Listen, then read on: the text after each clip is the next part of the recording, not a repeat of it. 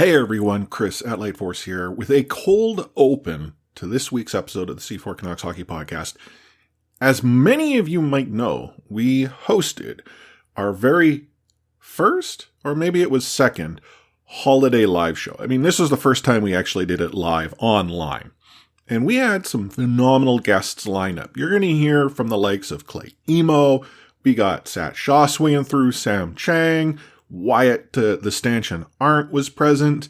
Heck, even Adam Ovanel Carter makes an appearance. We had a lot of fun. The actual episode you're going to listen to is close to 2 hours long, and the audio probably doesn't give justice to what the actual live show was all about. I strongly encourage you to check out the YouTube video. It's on the C4 YouTube channel. We've got it linked on social. We've got it linked in C4 Discord. And again, give it a watch if you can. And better yet, click that little subscribe button on the C4 channel to get us up to 100 subscribers. But that's a whole different other story. I want to also let you know that we're going to take a break for the next few weeks just to give ourselves an opportunity to spend the holiday with our family, with those friends that are within our bubble, and ultimately just to spend some time relaxing and recovering of what has been a very crazy 2020 year. NHL hockey is returning in the new year. That much is sure.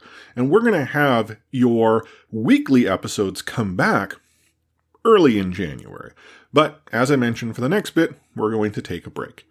And I want to take a quick moment to wish you all a very happy, safe, and healthy holiday season. On behalf of myself, Chris, Anna, Adam, and Matt, please take care. Spend some time with friends, spend some time with family, be it virtually because they might not be in your bubble, but let's look forward to what will hopefully become a phenomenal 2021 as this pandemic starts to wind down. We're not there yet, so please stay safe, make smart decisions, but let's look forward to the return of Vancouver Canucks hockey. Now, let's go to the show.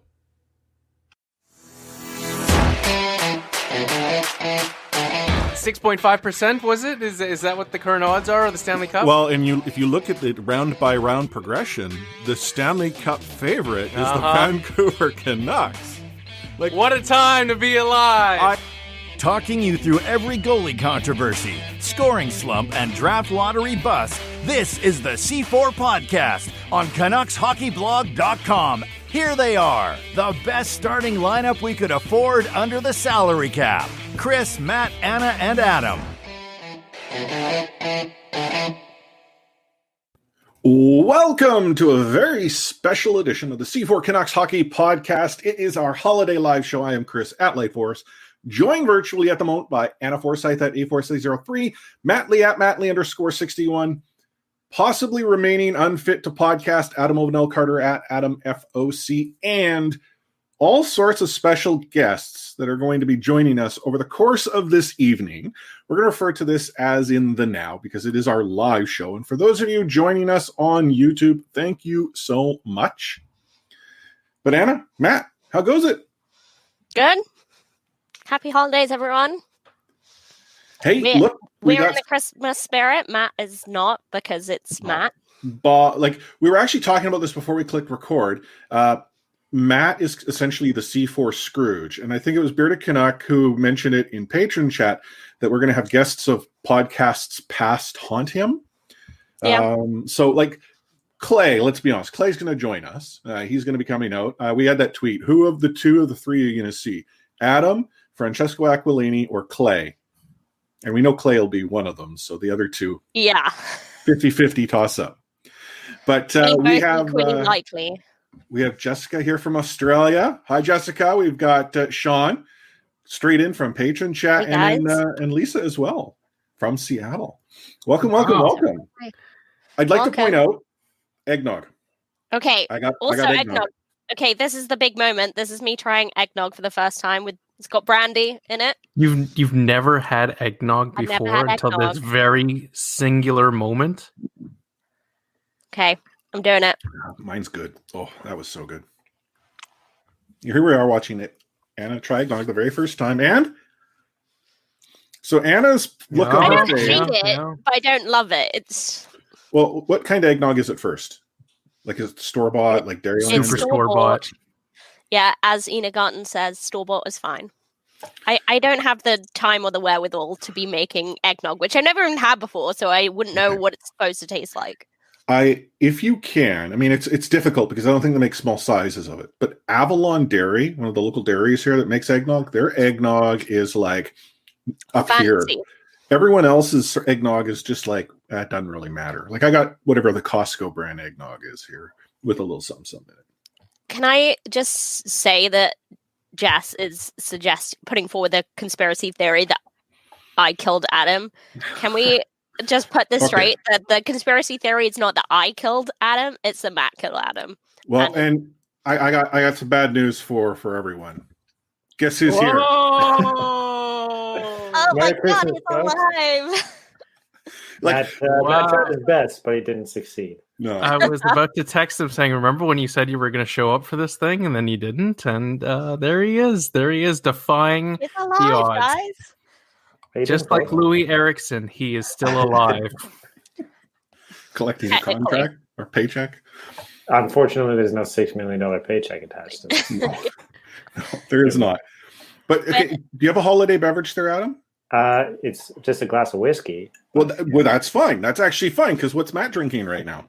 Probably Hot water. Yeah. Hot water. See, Adam knows. So is that what you order at a restaurant too? Like a I'm a cold water kind of guy. Well. Matthew. Look, I'm not gonna hide who I am. All right, I embrace who I am. Jessica's comment here. Since we know Adam is dead, who is that? Well, like literally all the people that started listening to the podcast in the last 6 months think you're fake. Like so. Yeah. Adam, since you're joining us for the first time in a very long time, do you want to like catch us up to speed real quick on what you've been up to lately while you've been on the LTIR? Yeah, for sure. Matt always used to yell at me to get my life together, so I've been busy doing that. I've been working at a school for autistic children in New Westminster.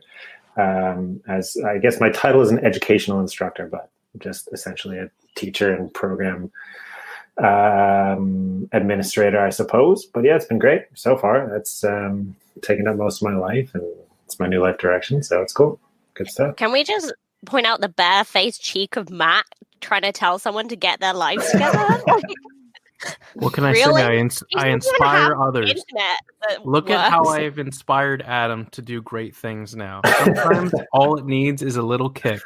And if I can be the Travis Green to his Jake Virtanen so that he can get his life together and become the top 6 player that we all know he can be, then I've done my part. Well, I mean, that's always been the tough love type of mentor. So. Yeah, for sure. Adam's gotten his life together.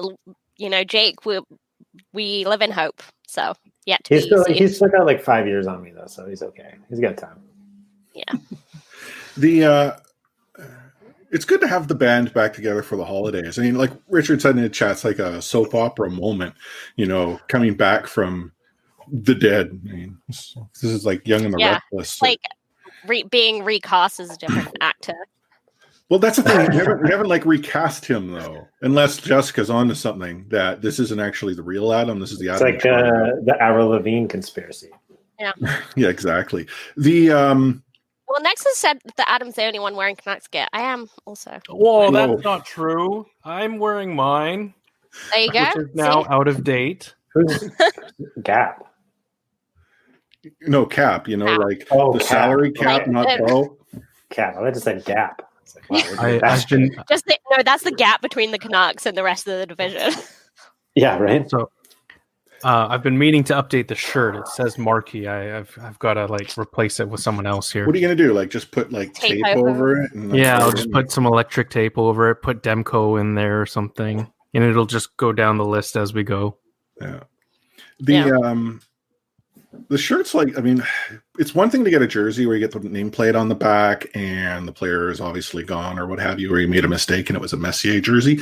Or David Booth jersey. Yeah, then there's those shirts where it's got a list of players where it is almost guaranteed to go to David. Yeah, I do have a shirt that says Henrik and Daniel and Brandon and Bo. I mean, not really out of date yet, but why they chose Brandon Sutter, apart from him being foundational, of course. He was probably the most marketable player other than the other three on that shirt at the time. So sad. That is so sad. Pre-PD and Quinn times. Yeah. So before our guests start joining us, 2 weeks ago when we were last recording an episode, we had said there hadn't been any progress when it comes to the NHL. We actually had some doubts as to whether or not the season would actually occur. And here we are, apparently only, a month away from the puck dropping now, presumably somewhere less in than Canada. that now, yeah. Yeah, 13th of January. It's coming up quick. I saw that, and it's just like, holy smokes. That's going to be exciting. We got World Juniors to tide us over, hopefully, until then. And then it seems to be, like, the World Junior camp seems to be doing better. There's a couple of people who have been sent home because of COVID, and a couple of injuries. But for the most part, it does seem like everyone's okay there, too. So, like, the German team had 5 players, I think it was. What was the other one? The Finnish team? Yeah, but I don't think they've all been sent home. Well, they're I think they may not have been sent home, but there was like 5 in isolation. So maybe it's like 1 positive, but then contact 5. I think that's correct. I mean, they also, I was hearing today on Friends of the Show, Sound of Hockey, and they were talking about how the World Juniors Hockey Canada cheaped out on the planes, and it ended up costing them way more money because they tried to cram everyone on 737s. Then they had to hire cargo planes for the luggage because with social distancing and stuff, there wasn't enough space. So, bit of a mess, but hopefully it will all work out. Oh well, is what it is. The World Juniors, though, you're right, leads into the end of the year.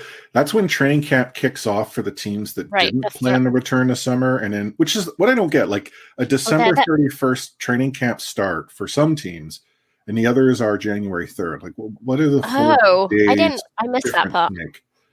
Like, I didn't quite understand that. I don't know. Is that league mandated, or is it like you can choose when you start? Well, no, it's so the only teams that can start on December 31st are the teams that weren't involved in the return to play. So Detroit and Ottawa and San Jose, they can all start training camp a whole 3 days earlier. Yeah. That includes the people that didn't make the playoffs, but they made the... To be fair to those teams, they haven't touched an NHL surface really for almost 9 months by that point. That's a long time to go without playing hockey. But to give them 3 days is not asking a whole lot of them. No, I mean, I just think it's kind of obsolete. Like, what difference is a 3 days? Also, is everyone going to be back in quarantine by then? You hope so. Let's say, I'll use the Senators as a good example. You have players that are now coming into Canada. There is no way they can touch an ice service until at least the 3rd of January. Mm-hmm. It's just the quarantine just will not allow for it. So, I get it. You're right, Matt. The length of time that they've been off the ice, the few days to maybe get their skates underneath them, but it's definitely a surreal situation. The other part that is surreal is we have a Canadian division of which one of the 3 provinces that are sort of putting up barriers, that being BC, seems to be the ringleader, but Quebec and Ontario have also not signed off. So is it possible that we're going to see a Canadian bubble in Winnipeg or Edmonton? Well, Winnipeg. I heard Edmonton was a leading. Edmonton's always keen. Yeah. Yeah. No. But will the players sign off on that though? Because we've sort of talked about this in Discord, and then Anna, you talked about it on a last episode. But Michaela Gaudette joined the broadcast for an episode 3 episodes ago. And one of the things that she had actually shared was how the experience for players in Edmonton wasn't what they had sort of understood they were getting into. Yeah. And she had said how Adam, once they got into the upgraded hotel, never saw the light of day because he could tunnel from the hotel to the rink and back. No wonder the Canucks tried to fight the move. They got asked if they wanted to move beforehand, and they said no. Yeah. So I just wonder if the players themselves would actually agree to a bubble.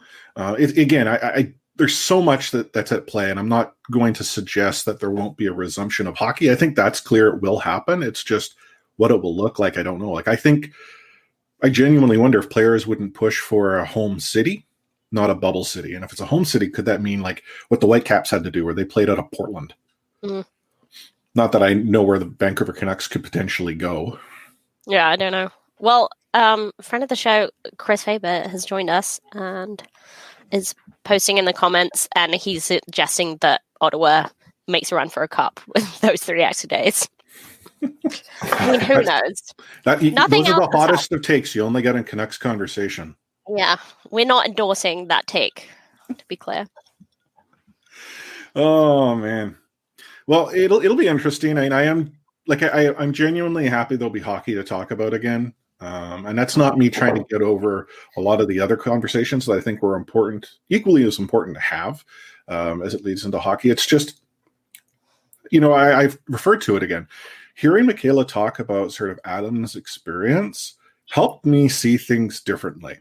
And it's not to suggest that I was opposite to sort of how she felt and what she had described, but understanding the impact that the pandemic is having on everyone, that the players are in a difficult situation. Like she talked about how she's coming to Vancouver, she's leaving her family, like everything she knows behind, to a city that she can't actually go and connect with people in. Yeah. Right? So you get all the beauty of Edmonton. Yeah. I'm not knocking Edmonton, but you know what I mean? Like it doesn't matter where it's Edmonton, Vancouver, Winnipeg. Like in a situation like her and like a new player, there's some who argue, oh, they're well paid. Yeah, you know what? Money isn't everything. And I couldn't imagine going through it. Like I went to Toronto for 1 week in March and I was beside myself for a work trip. 1 week. I just don't, compute. It's tough. Yeah. How players deal with this. Yeah, it's tough. I urge everyone that hasn't listened to it to listen to that perspective, because there's one thing like legit, like intellectually getting that, but yeah, to hear her perspective was really interesting. Our first special guest has arrived, so let us introduce to you someone you've probably not seen before or heard from, Clay Emo. There he is. Hello, friends. It's like a family reunion. Hey, I know. Well, Clay, you're officially the 5th most beautiful person on this show today. Wow. I'm going to get one of my other kids in so I can still keep that ranking. Well, I want to point out before I forget. Happy birthday, Kayla. Happy birthday, Kayla. Yeah, happy birthday. 13. Yeah, I have 3 teenagers in the house now, so that automatically makes me way older than all of you almost combined, I think. Now the real trouble begins, Clay. I know the girl. Yeah. Thank you. No, but thanks for joining us, Clay. Over in C4 Discord, Sean or Peter Canuck, he had actually, when we were talking about guests, because you saw that tweet I shared, which of the 2 of the 3 are going to show up. He had commented, he's like, oh, it's like the return. It's like we called Matt the Scrooge, and it's the return of podcast host of past or whatever. So you're one of the podcast hosts past. You're gonna teach Matt a lesson. Well, I'm not afraid to say, and I've been saying it in my vlogs today too, that always appreciative of CHB and C4 for helping me get my start in the vlogging, blogging, podcasting world. So nice to see you guys. Even Adam, like I know it's a big deal when Adam's here. That's amazing. Yeah. That's the miracle of Christmas. Awesome. But welcome. Like I was actually thinking, I mean, we've with CHB, like we used to do the odd like holiday thing, but I think from a C4 perspective, like last year we did a live show, 3 of us at what bar was it, Anna? 200. Yeah. Jaegers, yeah. Jaegers, yeah. And then but yeah, like you're the guy who's into the holidays with your parody videos. I presume you're going to have another one this year, right? Like, it's going to be a little different because we trying our best to really adhere and follow to the COVID rules. So Marie and I wanted to do something. So she's going to record from her home. I'm going to record from my home. Going to try and splice it together. Something simple, but something that I think. Who's the youngest one here, by the way? Not me. Right? I think. Yeah, but not by much. Me and Adam are like. How old are you guys, if I may? I'm 29. Me too. Anna, when's your birthday? 29th of April. Oh, I'm the youngest person then. Oh, there you go. So you guys are 29. Matt, how old are you? 30 what? I'm older than those 2. That's what he's comfortable saying. Apparently. But considerably younger than you and And Chris, you're within a couple of years, right? I think you're a year ahead of me. I think. I'm born in 74. Oh, a few more years. I'm 78. Okay. I thought you and I were closer. Wow. It's a whole generation. Yeah, well, yeah. and yeah, hockey, being a hockey fan is like dog years. So that's like 28 years, I think, between us. Yeah, plus COVID years. Yeah, you probably remember the 82 series. I don't. I just know it happened. I do. All to say, the song we're doing, it's I think it came out in the 90s, so late 90s, but it's not a traditional Christmas song, but I think you guys will like it. I think Matt Lee's going to be a big fan of this one, I think. Okay. Oh, I love every one of them usually, so I'm sure it won't disappoint. Yeah. Well, thank you. Looking forward to it. Marie is bound to be great. And to answer your question, Anders, the eggnog's fine. I thought it was going to be horrible. It's not horrible, but the brandy in it is definitely helping. Clay, you gotta come in and tell me what you're drinking. Like, are you like, you gotta help me? Yeah, see, there we go. Your water. Oh gosh, have you ever done this? Usually on my streams, I've been drinking Pepsi, but I'm trying to cut down a little bit. I haven't lost as much. Chris, you look great, by the way. I haven't lost as much weight as, say, Chris has, but I'm trying to drink less pop for sure. So I got my water. Like, in fairness, though, Clay, like, I had a lot to lose. Like, you've done a heck of a job. Like, I remember when you were turning 40, you had worked hard and continue to work hard. So, it's awesome. Ian asked a question here. I actually don't think it is. Is this the first time Clay and Adam have been on the show? No, we were on the show together back when Clay was on full time. Yeah. When is the last episode that Clay and Adam had on? Oh God, together? that would have been in the studio, would it not? Yep, we were in the studio together for sure. Yeah. I remember that. Can we talk about the you fact had that Sean on too, maybe? Clay won't be on an episode in person with me because when I guested on the show, both times Clay was not there. And then I replaced him on the show, and then he only came on to do the episode while I was away. So, well, that was not intentionally. You are the only one who met me overseas and took me around a city that I didn't know. Yes, Anna was my hostess with the mostest in London, England, about 5 or 6 years ago now. Yeah, I took him to a pub, which is okay. That's big. Like a now, workplace. He probably still ordered like a Diet Pepsi or a Diet Coke or what have you. But he bought my drink. So two summers ago, I was in London, and I don't know if he was ever on the show, but I stayed with one Richard Loved, one Mosey 19. Oh, Mosey! Wow, yeah. Throwback to old Canucks Twitter. That's like the birth of Canucks Twitter. That's OG. Like when you look at Canucks Twitter talking about so and so's been around, like Richard, like Mosey would have been OG, and there's a handful of people. I'm not OG, but that's sort of you're pretty close for me. Yeah. And Chris, the first time I met you was Game 5 against the Sharks in 2011 with Mosey. I think we were at 131 Water.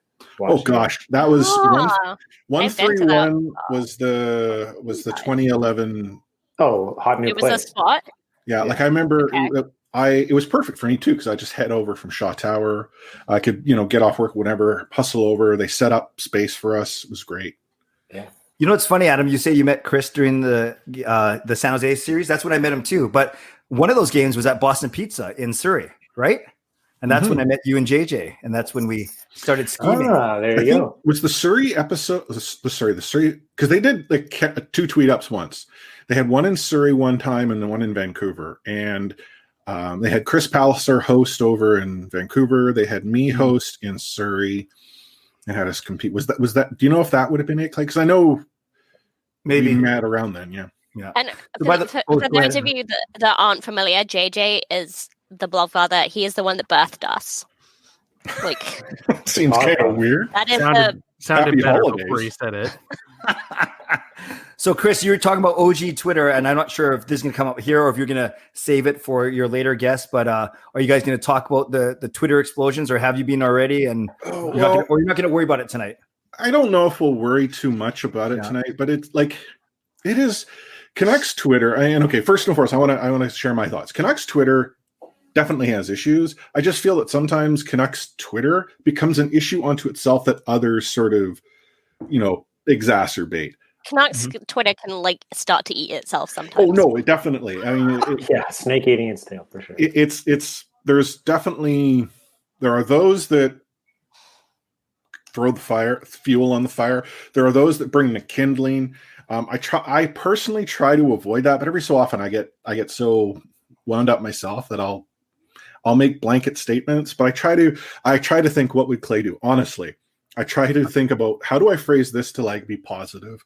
Well, Clay runs away usually. I'm very averse to conflict. But Chris, I think there's a certain, and I think Jay Hamilton tweet you about it a couple of days ago. There's a certain respect that I think you have, and some of the, not all, but some of the OG people have, and maybe, I don't know. I think it's just, we kind of pick our spots a little better, I think. Well, you and I are, but like to that point, you and I are a little well seasoned. Like, yeah. I'm not trying to paint Canucks Twitter with a brush here, but we're probably trending on the upper age. Yeah. Right. Yep. So it could be that just, that experience and what have you. I think you just got to take everything with a pinch of salt, take your breaks when you need to. Like, there's some behavior that you should not tolerate, and that's the kind of stuff you speak up about. Yeah. But there's some stuff that you can just step away from and just be like, you know what? Like, I put my position forward. Like, let's leave it at that. Yeah. Like, it's not worth, like, taking up your mental health over how good a job Jim Benning is doing. Like, well, I also feel like it's totally transcended that, like, half of it. And granted, like, I follow you guys, I follow like the broadcast and some other people. So I don't, I'm not super well versed in it, but I think it's like totally it's not about the Canucks anymore. It's about the people within it, Mm-hmm. And I don't know a lot of the personalities, but I see the stuff that someone like Georgia Twist is posting, like her DMs and stuff like that. And that's where I feel like we're at with Canucks Twitter, and it's for me, I just haven't been on it much, and I've unfollowed a lot of people just because what the hell's the point? It's horrible. That's a good approach. On what Georgia shared, I like, there are some people like, oh, that's Canucks Twitter. No, that's Twitter, unfortunately, like in general, like it's not just a Canucks Twitter thing. Yeah, it's exacerbated because Canucks Twitter is what we know. But one of the things that I've really tried to do now is focus on the positive of Canucks Twitter. Like, I think I've shared this before in our podcast, and I know I've talked about it on the blog and in person. How do I know the for review? It's arguably Canucks Twitter, and I would never change that for a second. Faber's here in chat, and he and Nexus are talking about seeing themselves in the gulag, which for those that don't know, Faber, Quadrelli, Ryan Beach, they did a fundraiser for Dave Nurum for essentially was Warzone, Canucks Twitter and Warzone. There's a positive there. It was huge. It was, a phenomenal effort.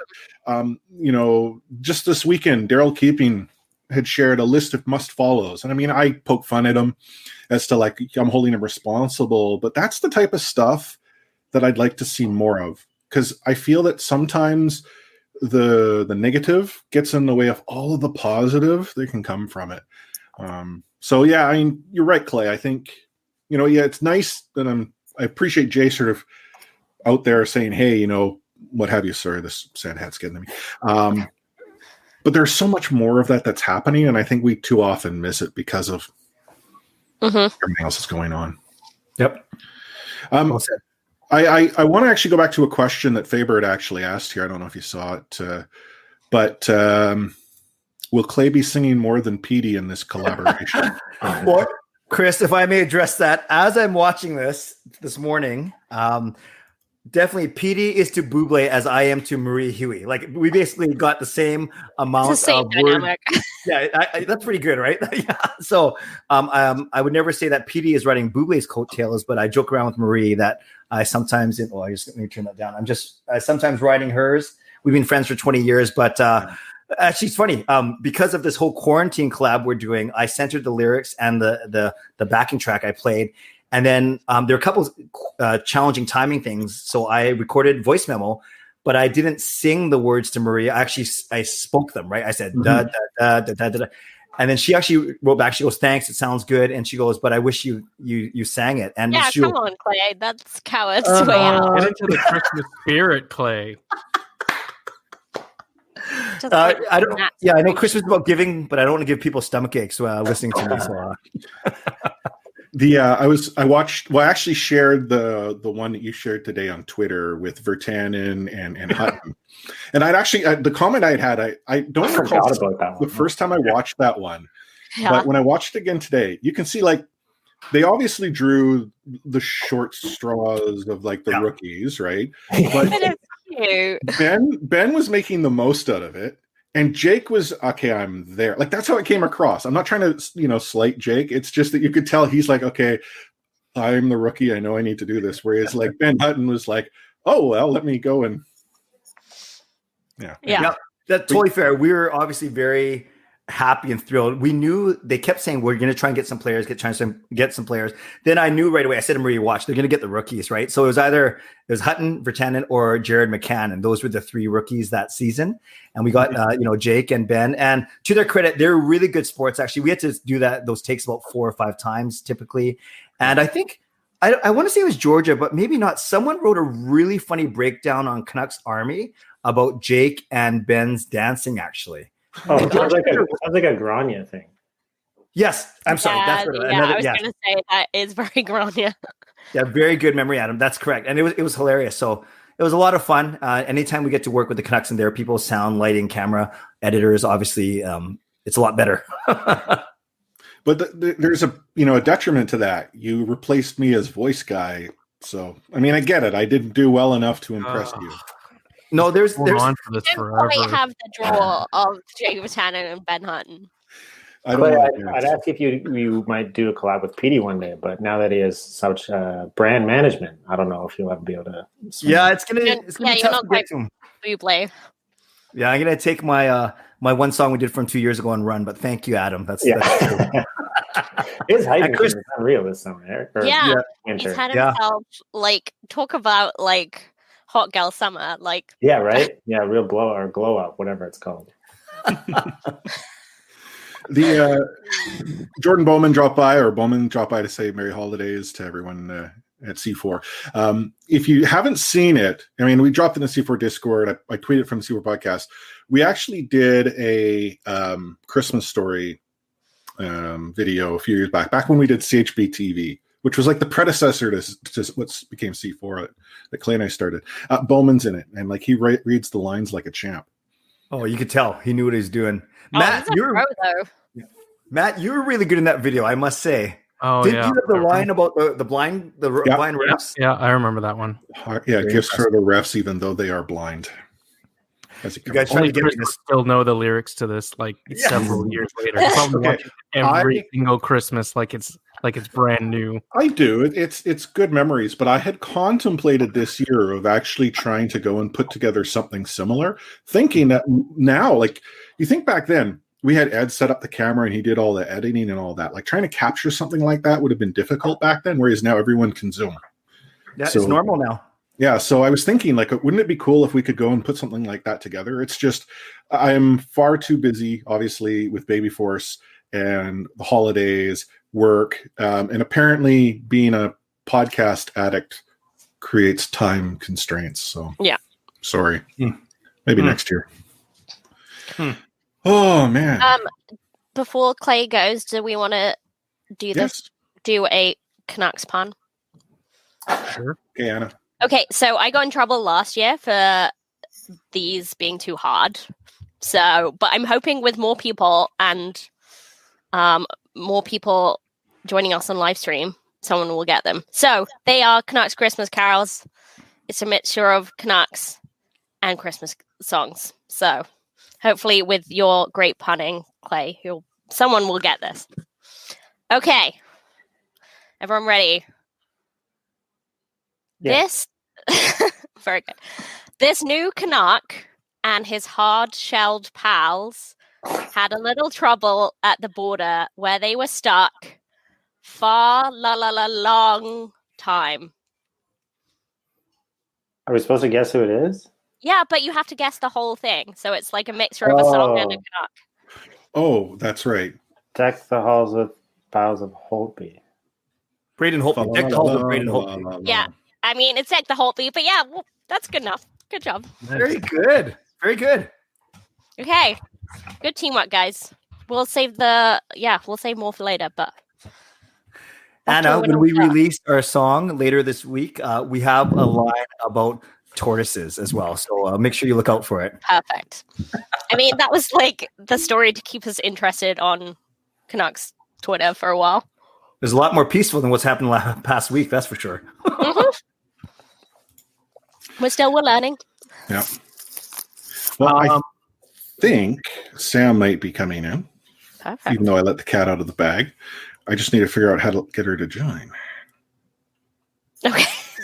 Like magic of the internet. Yeah, here, let me. Nope, maybe not. Nope. Do I bounce when she comes in, or No, you can stay. I heard the little beep, but I don't see her. So I let the cat out of the bag. Yeah, Sam will be joining us soon. I don't see her, so maybe. Okay. Keep going. Do I need to message her? There she is. She is. Okay. 3, 2, 1. Hi, Sam. Hi. Hey, Sam. Thanks for coming. Thanks for having me. Happy holidays. Happy holidays. So, do you have a holiday beverage there? I have a gin and tonic. Lovely. We have eggnog, and Adam has whiskey. Amen. Sam, I don't believe we met. It's a pleasure to meet you. Nice to meet you. Yeah, this is Adam, who is constantly unfit to podcast. Except when we have a party. So now he's here. Yeah, I mean, it seems reasonable enough. And Sam, we've never met in person, but we tweet DM every single day in a good way. Nice to see you. Yeah, nice to see you, Clay. But two of the nicest people from Canucks Twitter right here. Yeah. I don't know. Nice. Clay, you're nice. Clay's nice. Clay's nicer than everyone, so like there's no competition on that front, but I'm more of like a selective nice. I think you're nice to people who are nice to you. Yeah. Yeah, well, there's nothing wrong with that. So I let the cat out of the bag that you were joining us. Like, I've tried to keep guests close to heart. The only one that I shared that was joining us was Clay. But again, we already said that. Thanks for joining us for our holiday live show. Crazy times. Like, I mean, we wanted this live show to be a whole lot of fun and good cheer, but it's been tough, hasn't it? Ish. I'm not trying to, put you on the spot here, but I'm curious. Is it fair for us to just forget all that and talk about good times? Okay, please, thank you. I'm making this awkward. Yeah. What are your thoughts on the season starting soon? Because it's like less than what we said, less than a month. 3 weeks now? 3.5 weeks? About 3 weeks, yeah. Sam? I feel like I'm stuck in some kind of weird time warp where I have no sense of like when things are happening or what is happening. Like, I find it really hard to believe that Christmas is in 4 days. Mm-hmm. So I haven't quite wrapped my head around the season starting yet. It doesn't feel real. Yeah, and well, neither has the NHL. Like, no one knows how it's going to happen. They're just like, it's happening. We'll just figure out how later on. Hmm. Seems reasonable. I think the part that is helping is the fact that the World Juniors exist and sort of will be that entry in the transition. But I want to, I've already called attention to those in the show. How revolutionary listening to Michaela Gaudette talk about sort of the hockey experience, the player experience, the experience for the families, and specifically her, throughout the pandemic season, and how now I'm almost questioning, like, is this truly not necessary? Like, I love that it's coming, hockey's coming back. It's just at the same time, do I, as a person, am I okay with everything they have to go through? Like, I'm almost conflicted, I guess. Like, I want to encourage everyone who hasn't listened to it to listen to your, at least that episode, listen to your show. I love your show, as I've talked about, but that episode, next level. It's also now got me all upset about the experience that Michaela and Adam are going through on the return to Vancouver. Oh my God, I know. Yeah. Yeah. If people don't know, they had a heck of a time getting here, and now apparently the place they're in had a leak for months or something. So, well, that's the thing. If you like have a different home every 6 months or so, like, stuff happens, and then you have to just deal with it. So it's, and then you might not even play here too, so yeah, who knows? Yeah, it's kind of tough if you like move your entire life to one city, and your partner and whatever, and it's far from their family, and then it's like, okay, but I'm not here even. So yeah. Michaela is just Chris, one example. You make a good point too about like everyone's got a different, even if it's not a vested interest, a different opinion. There are season ticket holders. There are people who are families. There are people whose livelihood depends. So yeah, for every person that says, I'm so excited they're coming back, there's others saying, does this make sense? Short season, why not?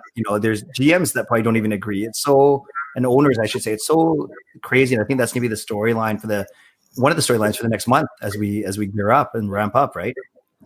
I mean, yeah, because, from my selfish point of view, was it better for my mental health when hockey was back? Yeah, like that was normality to me. But do I want that at the cost of like all these players' mental health, physical health? All these other factors. Yeah, maybe not. That's not worth the cost. And there's so much behind the scenes that we don't think about that it takes for them to be able to play. Like obviously the wives and partners and kids and things like that, but also for non-players, like trainers, coaches, all the staff at the rink who make it work. Like they're not getting paid millions of dollars, but they're going to have to be part of the process. And that's a lot to put on people. Yeah. Just bringing in a comment out of chat here. Like Anders had said, how, what the Cadets are giving us, like we refer to not Adam specifically, but sort of that caliber player as Jags, just a guy. Like we think about it as just a hockey player, but they're actually adding, in my opinion, what Anders is saying is this face. They actually almost are sharing with us things that we have not really considered. And then Sam, to the point you said, we often just think about players. That's it. Like we don't think about their families. We don't think about the coaches, the staff, the support, the trainers, and all of that. Everyone is involved, and they have to go through a lot. And I don't think that's to take away from anything. I think for some reason or another, so many people are going through tough situations, but for some reason when it comes to professional sports, it's like we flip that switch to no longer think about that. Yeah, I think that applies to a lot more than just COVID, be it social issues or anything. I totally agree. And it is a conflict, like morally I want to say cancel the season or whatever, and same thing happened before the bubble, but as soon as it started, like of course I'm going to be on the couch cheering everybody on, right? So I don't know, I have a really hard time balancing that, and I don't know if there's a right answer to that yet, at least. Yeah, I mean, you're right. Oh well. But yeah, it's good to have more awareness, which I think we are doing, and hopefully that'll make us have better practices. I have less faith in the powers that be putting into practice those sort of better thoughts and things, but I'm hoping that there's a better awareness from a fan perspective, at least. And there's a tricky pocket too, because as content creators, we never want the season just to go on simply for our podcast or our vlogs or whatever. Yeah. But it obviously makes a big difference. So Sam, I truly, and I've said this to you privately too, I'm impressed that you guys, are bringing up more than just simple standings and line changes and line combo issues. You're talking about real issues. And that's why I think your podcast has done so well when there hasn't been any hockey to talk about. And so I want to give kudos to you that way. Whereas for me, I'm dying to come up with content every single day because I only talk about the stuff that happens on the ice. I don't know. I think you've branched out a bit over the last 6 months, and it's been really interesting to see. Well, I appreciate that. Thank you. Still riding Marie's coattails. We were talking about that just before you came on. Yeah. Well, I saw that picture that you tweeted out. It was like Marie and I think it was Quinn Hughes, was it, that picture? Yeah, like, very funny. Yeah. The tweet was supposed to be you and someone famous, not someone famous you have a picture of. That's true. Yeah, story of my life. If you haven't seen the picture on Twitter, go to Clay's Twitter account at Canuck Clay. You'll see what I'm referring to. The thing that's burning question. Are you ready for the holidays, Sam? It's 4 days away, as you said. No. So I have put together, I do a hamper every year. I put together a hamper this year. So I've taken care of that, and that I'm really excited about. And then last night, as I was wrapping the stuff for the hamper, I was like, I actually haven't gotten anything. I haven't gotten anything for Jeff, my husband. I haven't gotten anything for any of my nieces. And I was like, well, I don't know. 4 days is a lot of time. Yeah, honestly, the fact that I'm done as of today or yesterday, and that's the earliest I've ever been done ever. That's amazing. I'm usually buying up till like. If it makes you feel any better, I'm right there with you. Like 4 days is like an eternity in 2020, so I think you have tons of time still. So.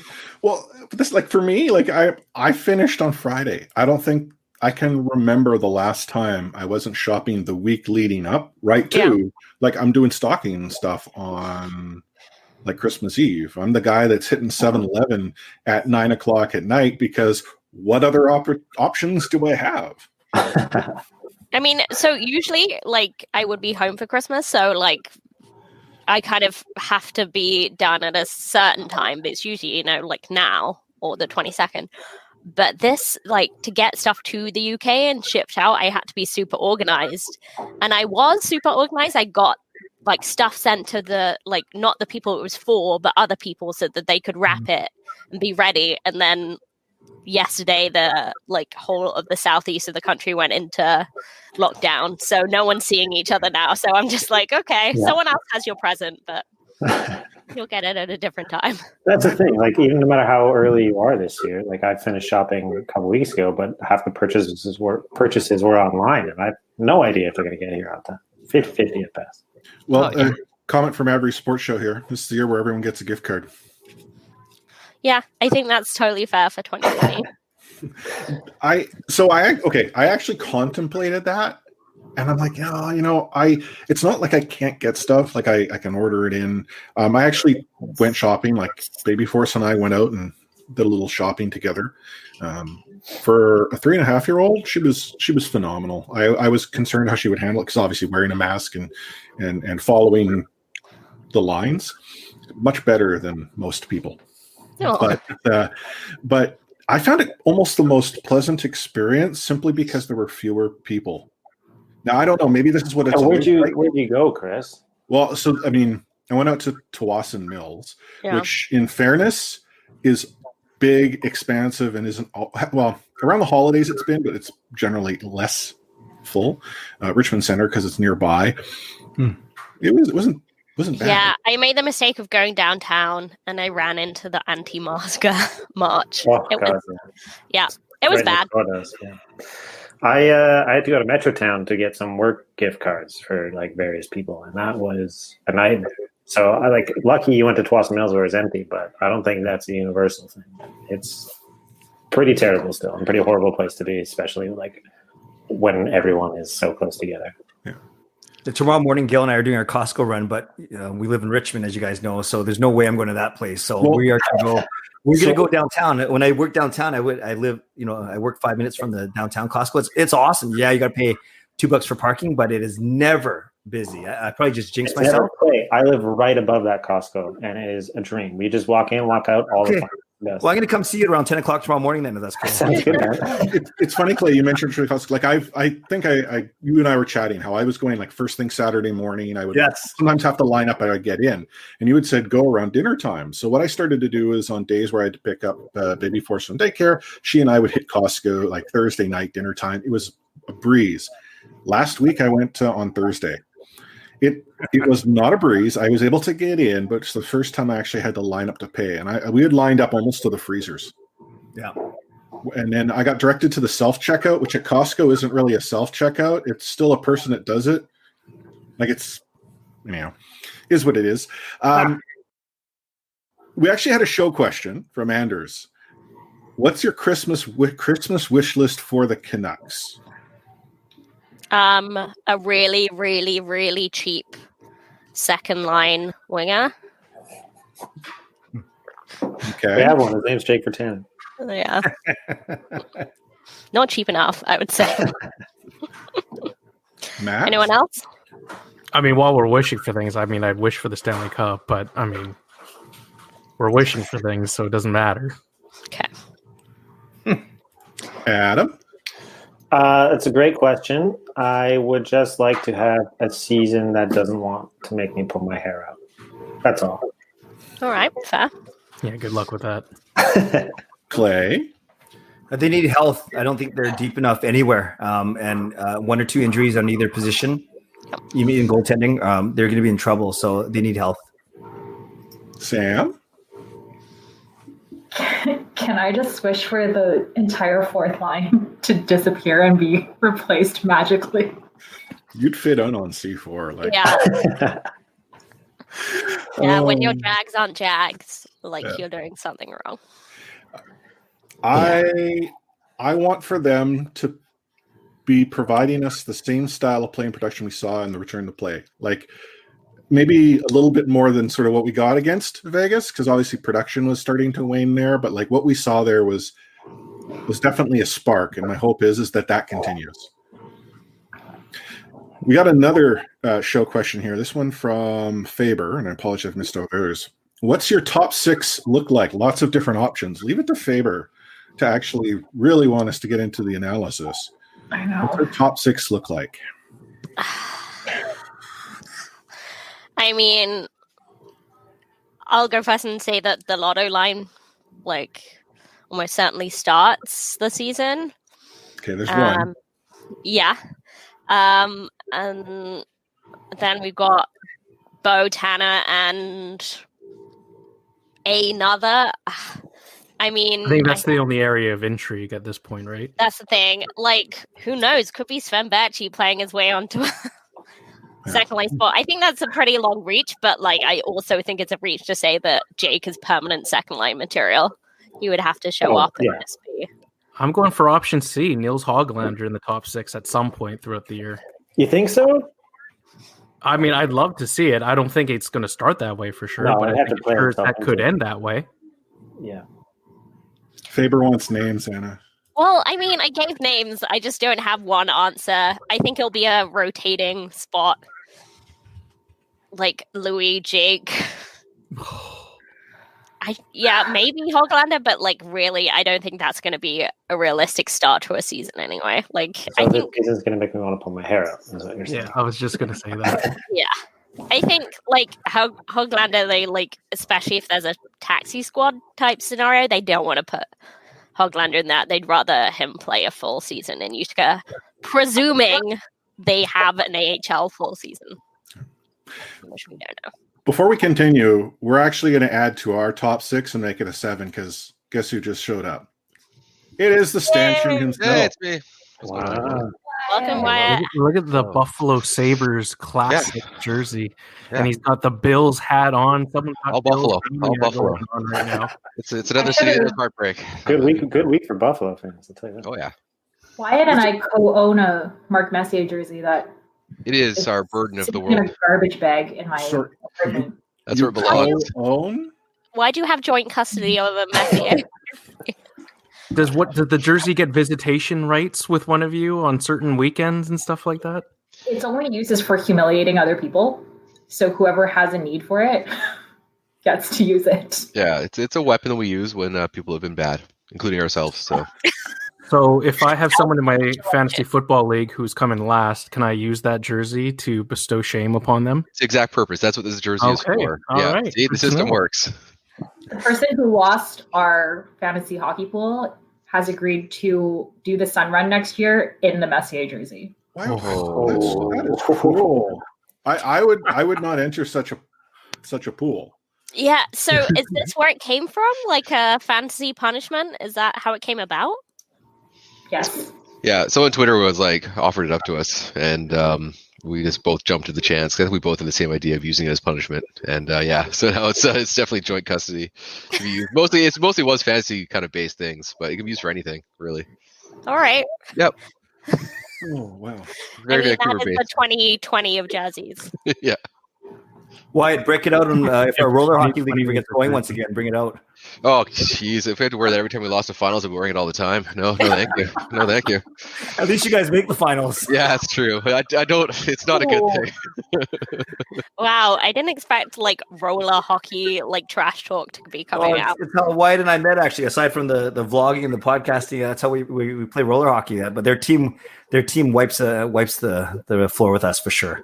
We're very Vancouver centric as well, though, because we always choke in the finals. So we won once in our entire history, and it's just Glad I didn't get into it.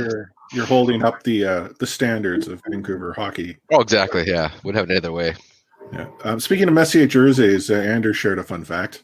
Buddy of his lives in Edmonton has an Orca Messier signed by Mark. Oh, okay, now you got to be careful because Messier might sue him to get that jersey back. He's very litigious, so just be very careful. Yeah, I cannot believe that. Like, seriously? Like, just expecting everything he touches to turn to gold. It's always the same thing. He's like, I've improved the value of this dramatically. I'm like, dude, did you really improve like a cannabis company in 2020? I don't think you did. Yeah. I think they did their own work there. Yeah. We didn't finish the who's in the top 6 question because I wanted to get the stanchion in instead of just waiting in the. I don't know what it looks like in the weight room when you can't join. So I can see you all. I'm just kind of faded out like Marty McFly in Back to the Future. Like I don't know if I'm make it or not. Okay, well, I made sure your parents kissed at the. Thank you. Yes. Under the sea dance or whatever. I appreciate that. You're welcome. Adam, who's in your top 6? God, I don't know. I want to say. I don't know. My gut. I don't want to say it, but my gut says Louis is going to be there to start the season. See, I don't get any indication that would be the case. Well, it's how the season ended. Was he in the top 6?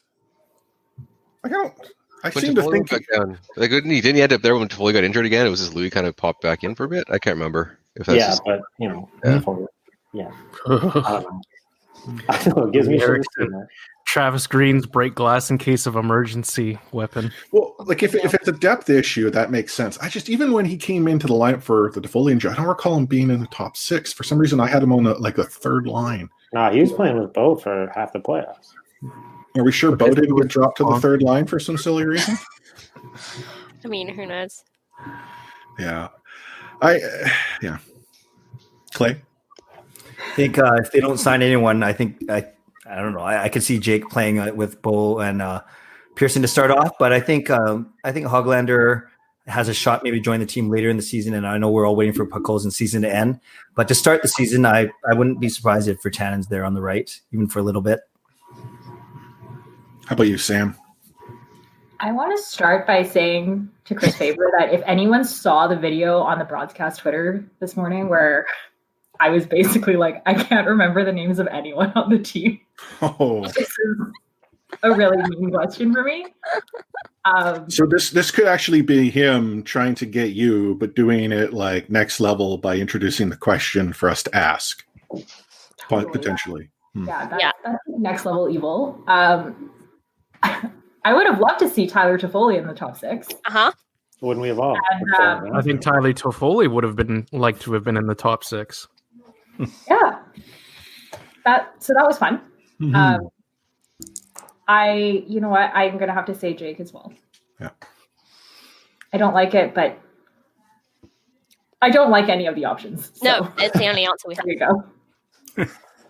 How about you, Stanch? Where do you have the top 6 panning out? I don't think they're going to start with the lotto line. I think Bess is going to help that second line out. I think it's Jake's time. I think Tyler Myers has got him on a diet, has got him running again. I think under his wings, he's going to come in. I do hope, like, if Jake does come in, I hope he comes in like in the best shape of his life. Clearly, this is his best chance he's going to have with Toffoli going. So I'm hoping he takes it seriously. And we've seen it before, kind of like Cassian's career. Obviously, was a bit different what happened with him, but his kind of went off the rails and he kind of found it back a bit. Mm-hmm. There's a point in your life where like maybe you kind of realize this could be like my last chance to really have that impact. And if say he does love playing in Vancouver, like you have to think that he sees it could be his last chance to kind of make that impact he wants. So I'm going to give a bit of faith in Jake, and I think he's going to at least start the season in the top 6, at least show up at training camp in shape for once. This is his best shot for sure. Like, it's just like they're auditioning for a top 6 spot, and they've said, okay, you like have at it, and they've given him a mentor and new stepdad Tyler Myers. So, yep. So, and that was what I was going to point out, is he has someone who's, it's kind of like what the Sedins sort of did in what happened to not so much happened to the Sedins, different situation, but you have players that teach you how to prepare, how to come in, get on the ice, skating hard. I think Jake is going to have a stellar season. For those who are in C4 Discord, Hercules, I don't know if you're still there in chat. This might be your year, buddy. For those that don't know, he is. Yeah, he will go to the ends of Earth for JV18. Chris, over under on goals 17.5. For Jake? Yeah. I'm smashing the over. I'm going to over. Over. Right. Yeah, if he's a Vancouver Canuck and he's healthy, 56 games. 56 games? Oh, right. 56 games. Crap. No, I think it's if it's a second line, and if he's there and he stays there, I can see that because that probably also means he's getting special teams. I don't know. I was just thinking if he's getting power play time or not. I think you'd see him on the second. I think he would get power play time by default just because there are so few options. But yeah, no, okay, yeah. I, now that I'm thinking 56 games, maybe not, but I had committed to the over, so I'm going to say yes. All right. Yeah, I'm highly doubting now. I remembered 56 games. It's his best shot. It's his best shot for sure. Anyone else with an over or an under? I think he's getting 17 on the dot. 17 on the dot. Yeah. All right. Okay, Anna. I think we're due for holiday puns. All right. Okay. Well, we got enough people here now, so hopefully someone will get one of these. I should try and pick an easier one. All right. So these are my Canucks Christmas carols. It's a mixture of a Christmas song and a Canuck jammed together, like super punny style. All right. There's a good chance I used one of these last year, but bear with. All right. This up-and-coming Utica D-man is about the right age to appreciate this millennial pop Christmas banger. Tell me, does he get a spot on the team this year? I know who it is. I just don't know the pun. Tell me, does he get a spot on the team this year? So there's a Christmas carol to be had here. Sutton, tell me. Santa, tell me. Good job. I would not have gotten that. Well done, Clay. Well done. That was really good. I really expected Faber to get that one. I don't know if I know that song. Quads are obsessed with it. It's Ariana Grande. Okay. You've heard it, Adam. You've heard it. I'm sure I have. Yeah. Okay, so it's not that killed me. That's Ariana Grande, not Christmas related, or is it? Yeah. I don't know. It's called Santa Tell Me. It's called Santa Tell Me. I imagine it's Christmas related. Sure, Santa Tell Me. I don't know. Whatever. I'm old. Okay, I do have ones based on older songs. Do you want an older one? I'm probably not old enough, but let's go ahead. Okay. Okay. It's starting to seem like, actually, yeah, it's beginning to look a lot like this veteran center is better in the room than on the ice. You want to read that one back again? Yeah, I'll go slower. It's starting to seem like, no, it's beginning to really look like this veteran center is a lot better in the room than on the ice. No. It's beginning to look a lot like Christmas. Yeah, Adam. Thank you. Good job. It's hard to say. That one's a stretch with the This is sounding like. But. This is why C4 is the longest running podcast. It's this type of content. Chris, why do you always put that in quotes on Twitter? I'll never understand that. Well, okay. Actually, thank you for asking. I put it in quotes because I'm pretty sure we are. I just don't know for certain. I was thinking okay, I'll use Stanshire, for instance. I mean, you and Bowman have been podcasting, I want to say as long as I have. 2012. Yeah, the difficulty is, do I count, because you have a couple podcasts? Yeah, and they had a break. They don't count anymore. That wasn't a break. It was thinking about life for a bit, and we switch. You guys are way more consistent than us. We're not consistent at all. So that, it's stuff like that, and then I know Pucks on Net, we have them beat by a couple of months. Clay and I started this the end of June in 13. Was it, Clay? Do you remember? Yeah, that sounds right. Yeah, and then. Pucks on Net, they started that September, so we had a couple months on them. And then from there, there's been many that have come and then many that have pod faded. So I say longest running because if someone were to say, no, you're not, and here this is, I can say there's an asterisk. It's the quotation marks. I think we own it, though. I think we a thorough explanation. I think we should running. just own it. Well, Faber goes out and tweets out oh, we've got we're this, we're that, we're top 10 in the world, and we're out there tweeting out we're top 10 in Moldova. So, hey, we're huge in Andorra, so Angola. Oh, sorry, Angola. Sorry. Who are you? I do think at this point you might as well just run with longest running. Like, no one's corrected you. But it could be that no one's corrected me because I'm not relevant. Well then, like, take that. Like, we'll take it. That's why I've added, like, we're the longest running best mediocre Canucks okay. podcast. Also, can I just say that Georgia Twist has come up with a way better Canucks pun? It's beginning to look a lot like Christmas. Yeah, it didn't take long, Anna, for someone She's to only talk saying that because we literally forgot he was in our potluck section. Even after you interview. Poor Tyler. Has Tyler's been replaced now? Like, or has he still got like a special place? Like here at C4, we have friends of the show, and essentially qualification is you guessed. So like everyone here is now a friend on the show. Whereas broadcast, I mean, you had Mock Girl Summer, Tyler Mott was it, and then you had Michaela Gaudet, and you just keep knocking it out of the park. So how does that work? Is there a hierarchy in guests there? I like to treat all of our guests equally. God, you give such uncomfortable questions, Chris. Don't make people ask. We do have like their guests. That's what I do. I'm awkward. I feel like I might be jinxing this, but we have a few guests possibly lined up that will be really good, but I'm not allowed to say. And also, I think I might have just jinxed us, so it may just never happen. No, yeah, but do you guys bring Clay on every once in a while, like we do? Yeah, obviously. No, they don't need to. They get. Sorry, I mean, sure. I might be too old for their demographic. Yeah.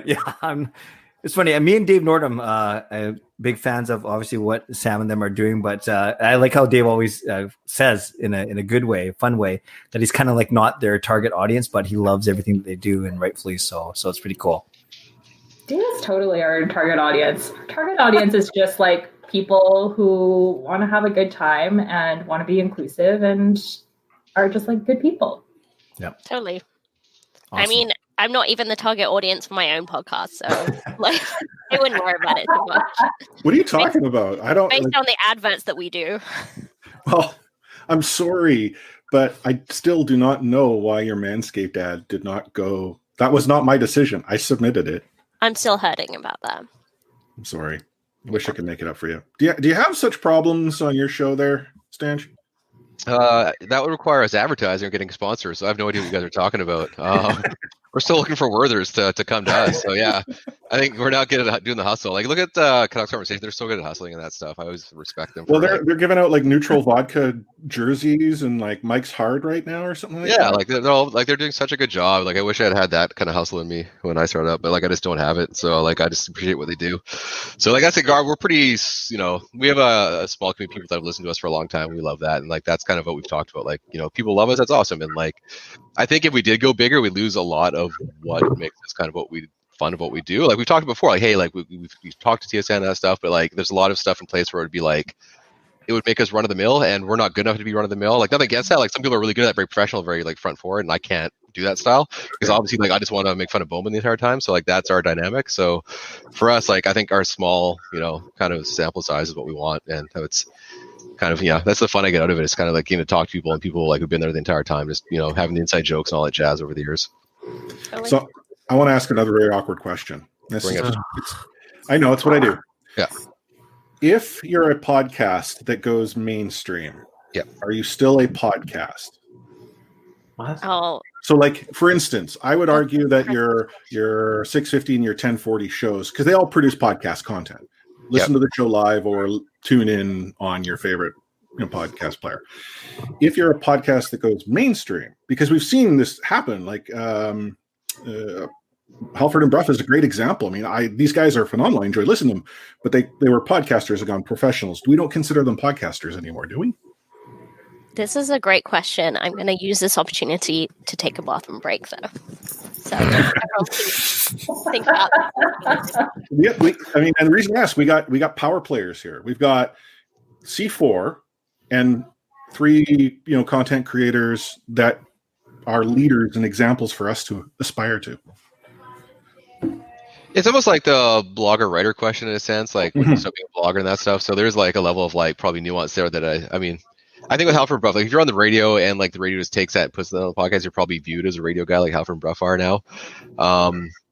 Yeah, I guess if you're just asking my gut feeling, as podcasters are still people trying to make their way kind of in their own independent way in the world. Whereas I feel like people on the radio kind of have more of a mainstream, someone over their shoulder type of thing. So, because like Joe Rogan, biggest podcast in the world, and Spotify, he's a podcaster to us, right? Yeah.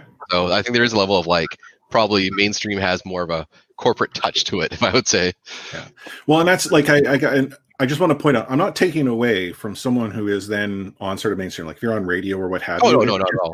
Like to me, there's sort of a difference, and that's I'll use like well, I mean, some of us yourself, but like Harrison Mooney, for instance, even PJ, Daniel, like these are from sort of our blogger area. These are people who have successfully done their job so well that they've now gone up and aspired and got these positions. There's nothing wrong with that. It's just this sort of, are you still that blogger? And maybe that's a good point. Maybe you are, maybe you're not. Who are we to decide? Yeah, I mean, there's definitely it's such a weird thing because when I first started writing, like back in the days of the contest, like I was a lot looser and more. Like I'm always a bit jokey based, but I was a bit more kind of like I would take more risks, if you want to say. And once you kind of get into the like, oh, now that you're working with the province, we're working with the Athletic, like they do have restrictions on you, and you can't do as much. And I know stories of other guys who have made it along with me who are like, oh yeah, I got in trouble for doing that. And the Canucks said like, they don't necessarily threaten you with revoking your access, but it's kind of like hinted at, little wink, Be ashamed if you lost that press pass. Okay, I get it, right? So there's definitely a level, especially like if you're coming in, like some of the hardest things at Daily Hive and Canucks Army, I'm sure can attest, trying to get access to Canuck room when you're not like the province. Like it was so tough. Right? Yeah, exactly. They want to be able to lay out someone if you do something wrong, and they don't trust the blog, which is fair enough. I'm sure there's some level to it, but like it's really tough to get in there. So I've definitely changed my style over the years of like being a little bit less free flowing and like kind of like just taking a joke. I'll have to think about it a lot, but yeah, I mean, it's kind of just goes into what you're talking about. Like I think like there's just a change when you're working for a more mainstream thing that even me, one of the guys who's like, I'm super unprofessional in that sense. I'm very like, whatever. Like, look at my armies. I'm doing fucking, sorry, I swore. I'm so sorry. I don't know your rules here. It's okay. It's just a live show. It's a check box. Okay. Don't apologize to us. Apologize to Clay. Sorry, Clay. That's TTV. That's the TTV show stuff. No, we're good. We're good. The fudging, yeah. So, I just have to, like, right there, I have to adapt for your show. Like, I just have to adapt certain things. And even now with the Athletic, like, the editors there, they edit it a lot harder than the province ever used to. Province said, go ahead, do what you want. As we could all saw, like when me and Botch would put in articles, tons of mistakes. Now they'll edit it, and like we had, like sometimes they'll take out jokes. I'll get so mad about it. So it's like it's a different beast now. But that's like what happens when you go up the ladder. But like people go to your armies for different things, and like Drance's armies is not to say that yours is like the joke armies or like not real, but like it's different. And I think that's what people enjoy. That it's different.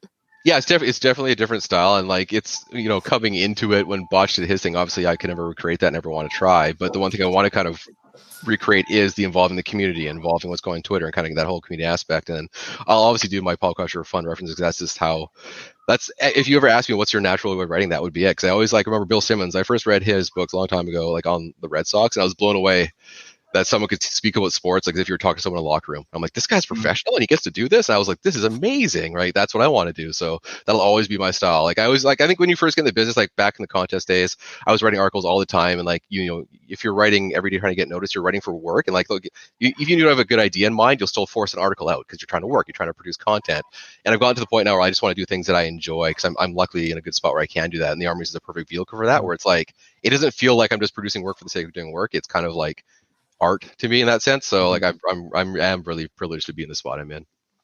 Chris, can I ask a guest question? Is that okay? Oh yeah, that's because as you can see, the way I ask questions, there ain't no rules. Wyatt, actually, it's funny, Chris. Just before you ask that podcasting question, Wyatt, I was going to ask you, since you started working for writing, I should say, for the Athletic, do you now have to change the way you approach your article even before you write it, or do you just kind of still do your thing, but know that there's going to be more kind of edits and more, creative feedback back? I always find that nuance really interesting. Yeah, I think I follow the rules pretty good in life. I'm generally like very like laid back and I don't try and push many buttons. I just don't I'm not confrontational as a person, but when it comes to my articles, I will go like tooth and nails for it because it's like, that's what the people expect from me. And this is me on a paper. So if I put my article in and they edit it out and all of a sudden it's a different article, then I get really mad because it's like, say I want to get a job somewhere else. And I'm like, well, your articles didn't do so well because that's not like, take it for example, the playoffs last year. They let me go all out. They're like, do what you want, and that was the first time they didn't like edit everything because they just didn't have time. So I got to do my real style, and obviously the playoffs help because everyone's excited about winning. But like that was a bit better feedback in that sense. So I will fight, and I'll put it through what I want. And then unfortunately, I hate reading my own stuff, but I'll read through it and I'll see jokes are gone, and I'll complain to my editor, and they'll complain to their editor. Like it's a whole political stuff where everyone's like fighting and stuff because then it makes sense. So if you're an editor at the Athletic, you're there, and a lot of them have like actual like I've worked in the New York Times, I work here, like these places that are like very journalistic, very heavy in that stuff.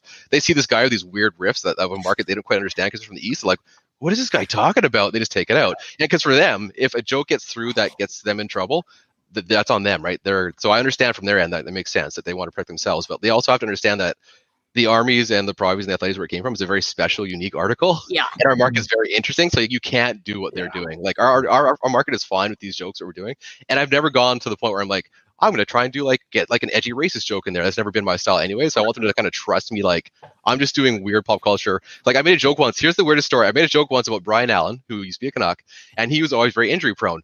And I made a joke about that in the armies. So an editor who's never heard of Brian Allen Googles it, and there was this really unfortunate case of a kid whose mom died named Brian Allen, and he thought I was making fun of that. And so he ripped out, and he said like, how could you do that? And I'm like, what? Brian Allen? Like, he's just a player, man. Like he got injured a lot, and we didn't talk about it directly. So for like a month, he thought I was this big a-hole who was like, I'm gonna do a joke about some kid's mom who died. I'm like, no, that's not what I did. But that's what happens. You got a guy who doesn't know this market, doesn't know the players. You can have those kind of disconnects. So it's definitely been an interesting journey compared to it was in the province.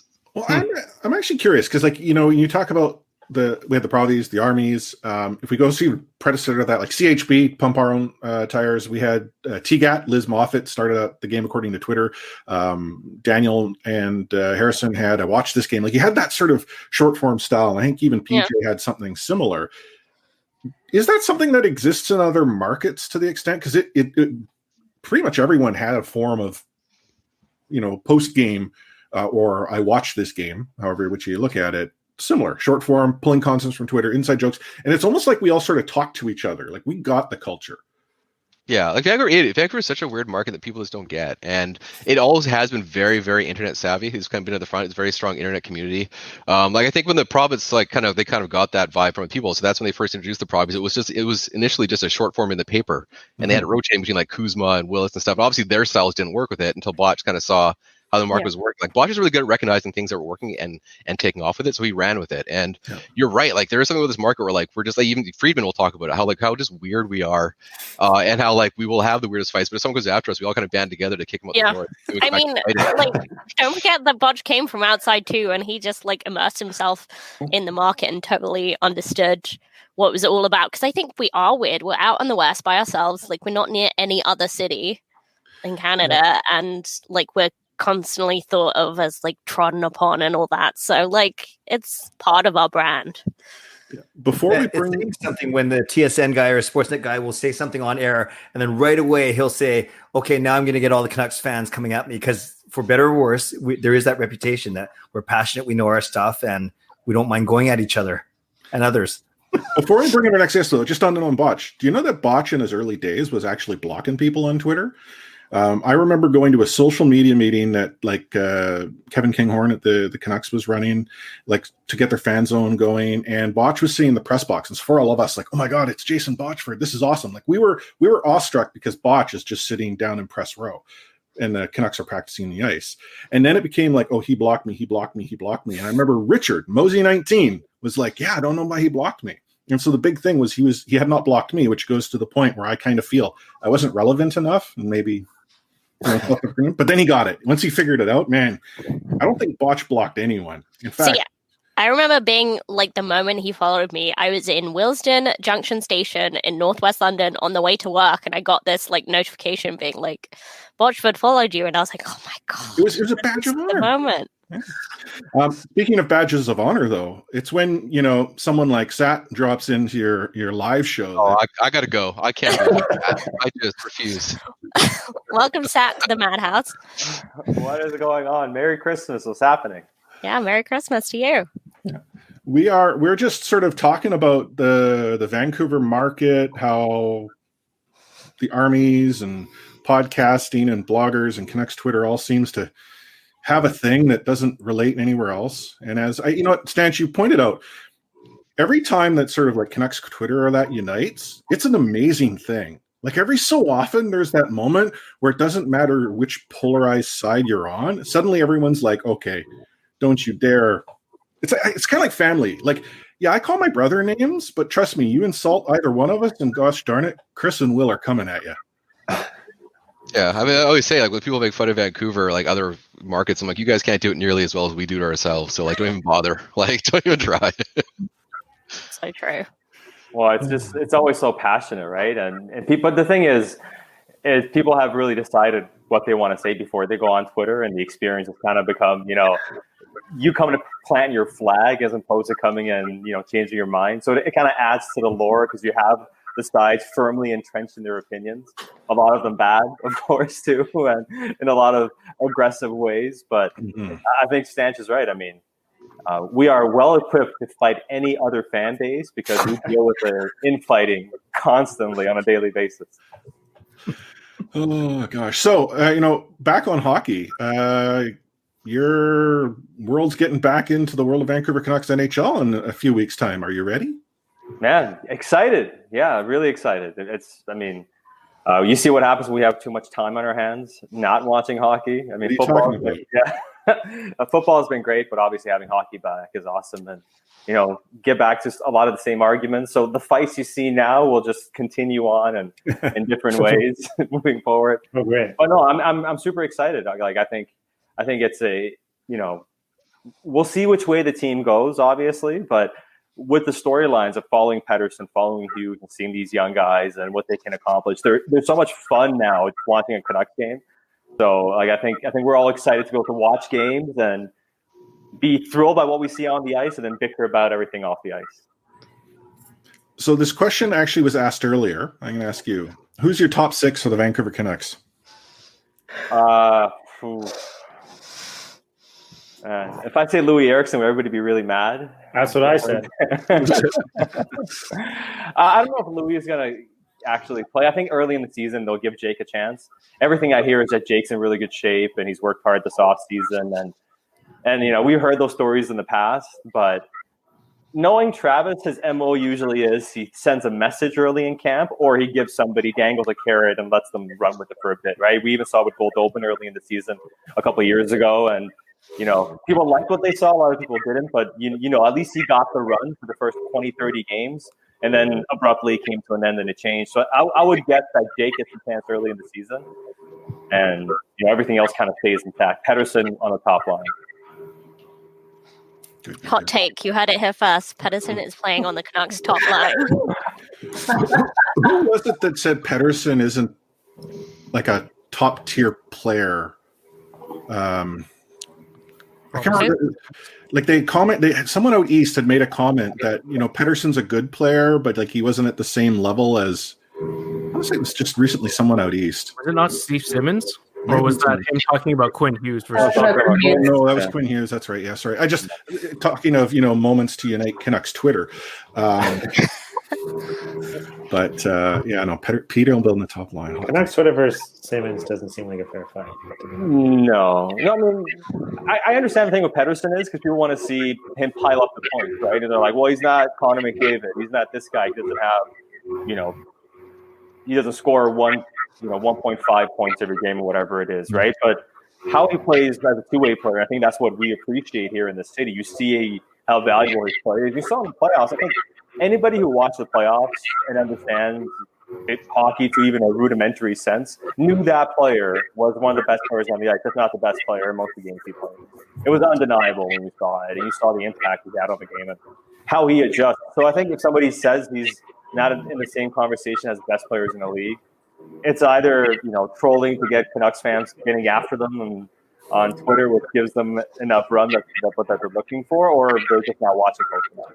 I mean, truly, I was just going to say, there's no way you can equate him to Connor McDavid, where the whole team is set up around him, and it's just such a big differential between players. So it's just a strange measure. Yeah, sorry, Stanch.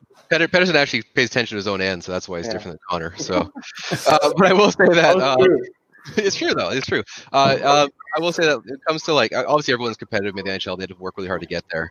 But there's something about Pettersson, when he is mad about losing, he focuses it in a good way. Some people kind of get rattled when he's no good, but when he like thinks he's screwed up, or is like he just focuses and like he gets a better player. Like he's something about him where like I love watching play hockey because I know if he screws up or he gets scored on, he's going to find a way to elevate his game, and not everyone can do that. And that's what I really appreciate about Pettersson. Totally. Stan just getting love in chat right now. There was a conversation earlier in C4 Discord as to Connor McDavid and whether he was a sound defensive player. Okay, don't get me wrong. I love Todd Bertuzzi was great in his own end, and Connor McDavid doesn't necessarily need to be good in his own end. He's doing so much good at their end. But if you're looking at like what's one of the pros of Pettersson, like the fact he's so good, like we've seen him make amazing plays in his own end. Like the Steens were good in their own end too, but Pettersson's a different level. Like he will make. I've never seen players do this where they will dive, and most of the time when a player dives, like the X are that they're out of position. He dives in the most precise manner where he'll get the puck and get back up again. Like there's something about him where like he's never out of control, even though he's doing out of control things. It's so weird. Well, he's also driven, right? Like he's one of those guys that's wired at this point to be an all-time great. Like you see these like once you encounter a lot of these athletes over the years, you've seen them. There are guys who really care. Then there are guys who are elite, and then there are guys who truly want to be considered the best, and they strive to be in the same conversation. I think now that Pettersson has realized what he can accomplish and the kind of run he gets, you see how he goes about his branding. Like, it's very methodical, and it's very much trying to portray what he's trying to accomplish and achieve in the future. I think he's really driven to be a superstar and be amongst the best to ever play the game. And I think that's super exciting for the fan base, because when was the best time to be a Canucks fan? It's when they were striving to be great, when they were striving for excellence. You have a player who embodies that. Sad, it's funny you mentioned that, because I remember in his first year here, maybe it was English or maybe we weren't used to his competitive drive. A lot of people thought he was a little prickly or a little bit kind of standoffish. Then we get to appreciate how good he is and how much he wants to win. And I saw, I never get to go in the locker room. I'm not media, but I once in a while I'll volunteer at these golf tournaments. And he was getting mad this year, Jake Milford, because the person that was put with him was not that good of a golfer, and he was visibly upset for his round. Yeah, it was. That's not something I'm going to tweet. Well, although I just did it here, but it was just really, really funny because it just showed you how competitive he is. Absolutely. But I will cut you off. Go ahead. No, it's all good. I just will say that I do think Canadians maybe are not used to the dry kind of European sensibility, because right away I found him super engaging and smart and clever in interviews, and I just think it took us the market a while to get used to that. I mean, on that note, not a Swede, but a Finn, Sammy Salo, the way he used to deliver things, and he would say things in such short bites that I think it took a while for us as a market to figure out that he was actually trying to be humorous and funny. Occasionally he'd drop something that you knew was Mr. Balls of Steel, and how the soldiers might be down, but the general's okay. I mean, you don't expect that, but that was apparently, from what I understand, that was just his personality. That's the way kind of guy he was. You look at him though, it's like, oh, that guy's the most stoic person. Sal's hilarious. I saw him doing working with the prospects once, and they were all taking shots. He's just sitting there watching it. Every shot, muffin, get better at that muffin. I was like, I love Sal, man. He's a funny guy. Yeah, that Nordic, stoicism, but at the same time that dry sense of humor. A lot of Swedes and the Finns have that kind of real dry sense of humor, and a lot of deadpan. You're right. If you haven't encountered that, like Sam mentioned, at first you'd be like, wait, is he trying to say something? And it's just really that sense of humor. Mm-hmm. Yeah. Another thing with Pettersson I love about him is when he says that he's either not competitive or something doesn't get to him, because everything gets to him. When he's doing the Warzone or I show him he's like, so do you ever get mad? Why would he get mad? 2 minutes later, he gets killed. What the? He's getting mad. He's competitive, man. He is, but he just wants to be no, I'm not. It's not a big deal. But he's just driven to compete. And I think the thing about him is he seems like he's a very authentic guy, I think. And everything he's doing in Vancouver, sure, he's got branding and stuff, but it's all very much who he is, what he wants to do. It doesn't feel like he's forcing it. And he's connected with Vancouver in a way not many players have, especially in a new way. Even the shout out to Botch in his speech, he's found a way to connect to the market, knows what's important to the market, and I think it's important to him. And I think that's why for him, he will go down as one of the most favorite players of all time from the city.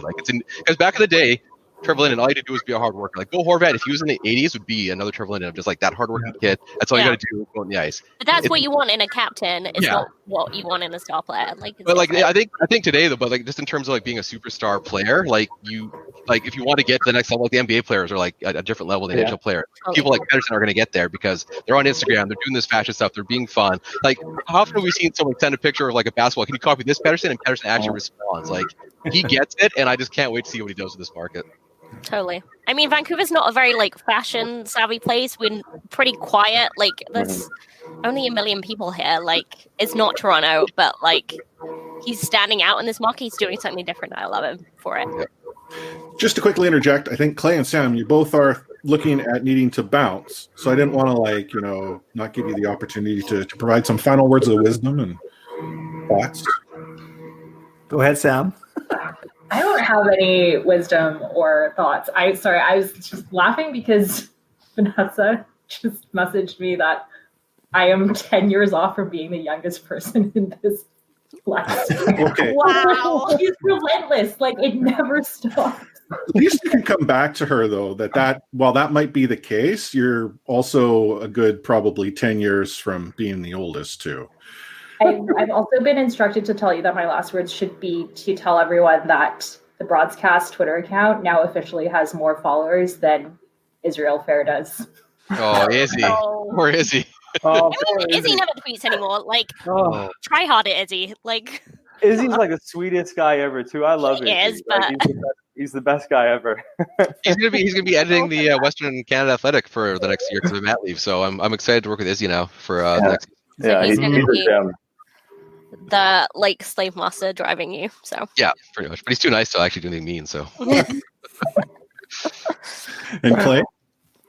Yeah, no, it was great seeing everyone. Like I said, CHB was part of my roots, got me going. And, the reason why I do the vlogging is because there's too many good writers like Wyatt. There's too many good podcasters like you guys. So there's not a lot of vloggers in Vancouver, but there's some good ones there as well. But yeah, it's my daughter's 13th birthday, so I better get back to her. But to all of you and to everyone watching, obviously wishing everyone a very safe and blessed Christmas. And to all of you, it's wonderful seeing you all. Yeah. Before you go, I'd be very disappointed if you left without a haiku for us all. Okay. Oh, wow. On the spot. All right. I think Clay's got one. No. We'll on the spot. Look at these legends across my screen. So nice. Merry Christmas to you. Oh, I messed up. Whatever. Yeah. Thank you. Pretty good. That's awesome. Thanks, Thanks, Sam. Thanks, Clay. Happy holidays. Happy holidays. Good seeing you. Take care. Bye. Wow. Like, what an all-star cast we've got. Well, and I also need to point out, apparently Faber had dropped a message earlier, Sat, that you had a party to get to in 15 minutes, or you might have to come to. Yeah, around 8:30. Like we have a work Zoom Christmas party at 8:30 today. So I probably should go, but I can stay for another couple of minutes. I don't have to rush off. I mean, it's you want to be fashionably late, right? Yeah, no, I just wanted to be cognizant of time and appreciate you joining us. And originally when we talked about this, we were like, let's get people together. We'll sort of roundtable, have a good time in the holidays. And I thought we'd have like a couple people. And then Anna here put in the work and got like 1 million, which is great. That's awesome. This is the first time we'll make do this again. I mean, behind the scenes, I was riding high off a first date that went well and slightly drunk, and I was just like, right, I'm feeling productive. Let me message. Anna, how do you date? How do you go on a first date these days? I mean, it's weird. Don't get me wrong. How was your Zoom date? No, it was in person, just distanced, but it's weird. Don't get me wrong. Like 2020 dating is weird. It's a weird vibe. Yeah, I can't imagine.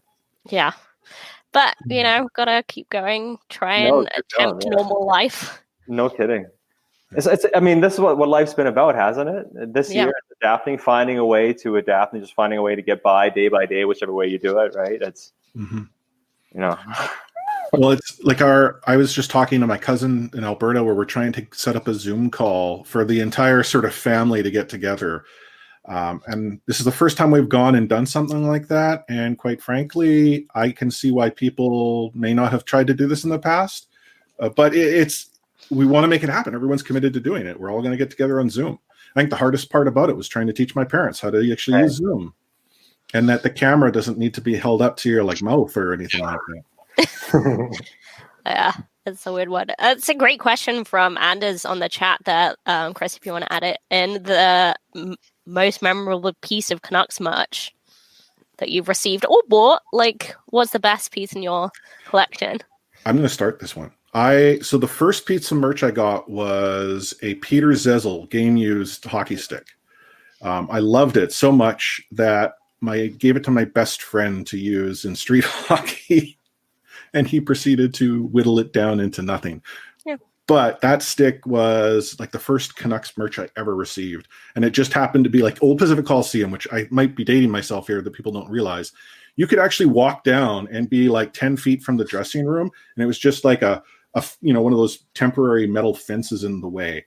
And it wasn't like there was a million people. You could just stand there and like, players would walk by and officials and whatnot. So that's how I got it. That is old school. Anyone else? I can jump in. I will say my ironic purchase, which became one of my favorite purchases, was the 2011 President's Trophy Canuck T-shirt. Just all we had at the time. Which I wear the 2012 one too?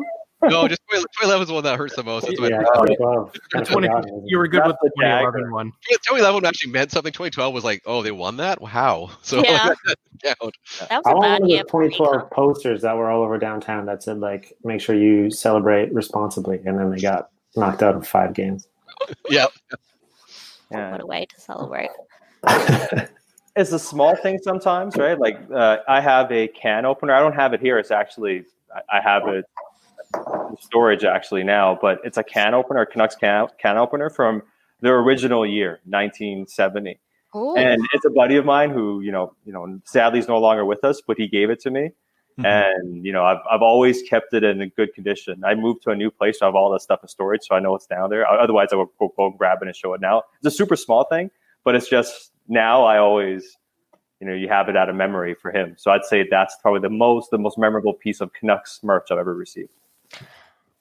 I think my weirdest, I have 2 weirdest. One is Matt Barkowski signed puck that my friend gave to me for my birthday. Bless his heart. The second weirdest one is Kevin Bieksa jersey, which is signed initially by Eddie Lack and Frankie Corrado, and now by Bieksa as well. But let's say like Juice was pretty confused when he was just like, wait, who else has signed this? And I was like, yeah, Eddie Lack and Frankie Corrado. This was ages after they left the team too that Juice signed it. So he was nice about the whole thing, but he found it weird, I'm sure. When I was young, like, I don't know, 10, I played goalie, and that's back when Dan Cloutier was minding the net for the Vancouver Canucks. So my naive self loved Dan Cloutier. So I have a framed, signed Dan Cloutier. No. Just a hockey card, not a jersey, but I loved Dan Cloutier as a kid. That's okay. Not knowing any better. You still love him now, admit it. Oh, the birdcage. How can you not? You're terrible. Oh. I think everyone's gone, right? Yes, the best and maybe the worst gift I have ever received is a signed Eric Goodbranson stick. Oh, nice. I still don't know what I'm doing with that. I mean, that's the thing. Like, I have met Eric Goodbranson and I have a photo with him, but then at least that has some value because it's a photo of Eric Goodbranson. Like, no, it's a signed stick. Is he as pretty in person as he is on TV? Yeah, prettier. He's a total smoke show. He's really nice and he's really tall. Like, delightful person to meet. Glad he doesn't play on the team anymore.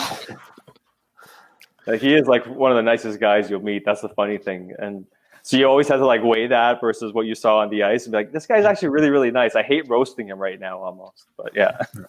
Yeah, but you got to be honest, right? I mean, he was delightful and I was drunk and he was very charming. So, Sat, you mentioned you're going to bounce to your holiday party. Your work party. Holiday Zoom party. So the good thing is I can cut myself off before I embarrass myself in person this year. So that's good. Yeah, I mean, it's pretty quick way to stumble home. Yeah, exactly. So, but any final words of wisdom there before you peace out? Well, just thanks so much for having me on, Chris, Anna, Matt. Good seeing you guys, Stanch, Adam, and it's been a really messed up year. We had a lot of fun over the summer, and I look forward to talking again in the new year. I wish everybody a happy new year as well. Be as safe as possible. Please take care of yourselves and your loved ones. And I can't wait until we get back on Twitter again after today and start talking hockey and argue.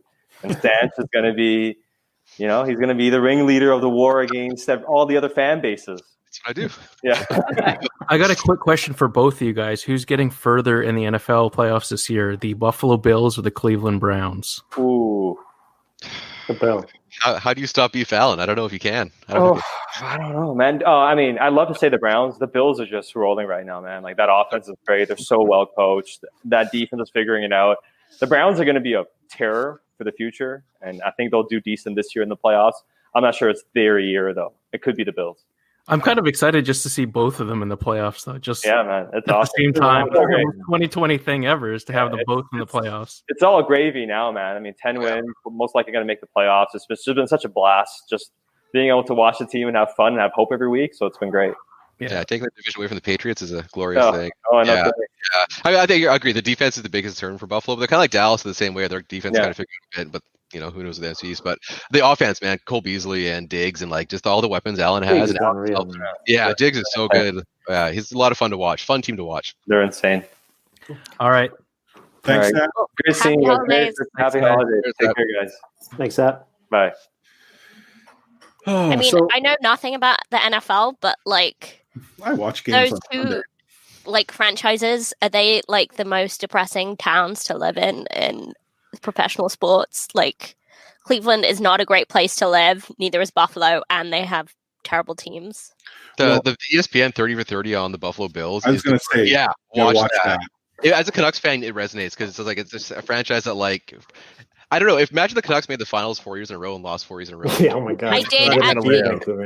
I did hear about this on another generic sports podcast. Yeah.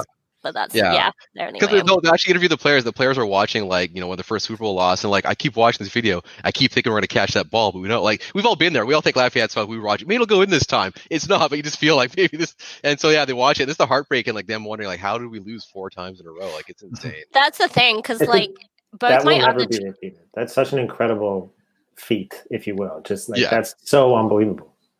I mean, both my teams in other sports are really bad right now. But it's not like we used to get close all the time and lose. We're just bad. So I feel like which is worse? I don't even know. So there was an earlier question, Stanch, I didn't ask. Faber wanted to know how that Pulse Labs chair has helped or taken away from your KD and Warzone, which I want to point out. Oh, my God. I just got a new Pulse Lab chair. This one's served me really well for about a year and a half. As everyone knows, a good gaming chair improves your kill death ratio a lot. So it has to. Actually, for real, it's really been really good for my back. It's a local company, so a huge shout out. Great. Well, I think they're based in Richmond here. I want to say because I picked mine up from their storefront, but delivered it to my house himself when they were first starting out. I'm like, oh, sweet, you must be a small company, but they're hopefully growing, and it's a great chair. Yeah. Oh, so. This went longer than I had expected. Yeah, Anders, I know I'm giving away sponsorship opportunities. I'm not our ads that get inserted aren't us. Whoops, Pulse Labs right there. You lose code such and such. Yeah. And they'll throw in a free package from Manscaped. Actually, on that note, Manscaped has, I think, sponsored pretty much every Canucks podcast save for the 2 of ours. Well, and maybe the broadcast too. I don't think they've sponsored them, but so. But yeah, it's funny they're coming up on cricket podcasts I listen to now, and the host gets so awkward doing the ad reads, and I'm like, guys, you don't know awkward until you have advertised as the lone female host. Well, okay. In fairness, I threw it out there. I was willing to read it. You stepped up. I want to give you kudos for stepping up. Yeah. We just blame it on them because they didn't take up this golden opportunity.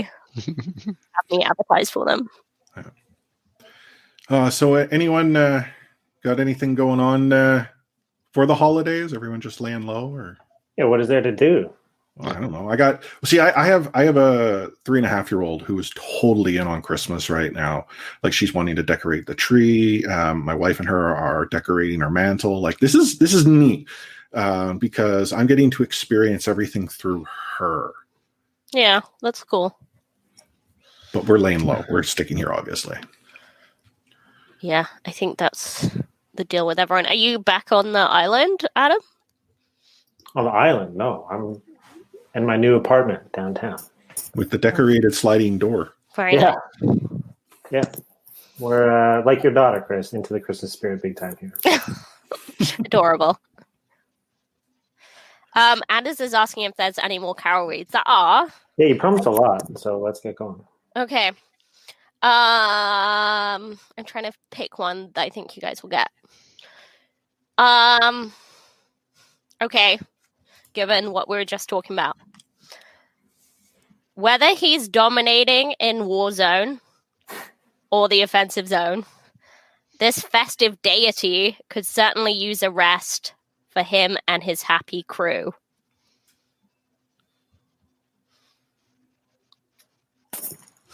Gaudette, you merry gentleman? Yeah. Yep. Good job.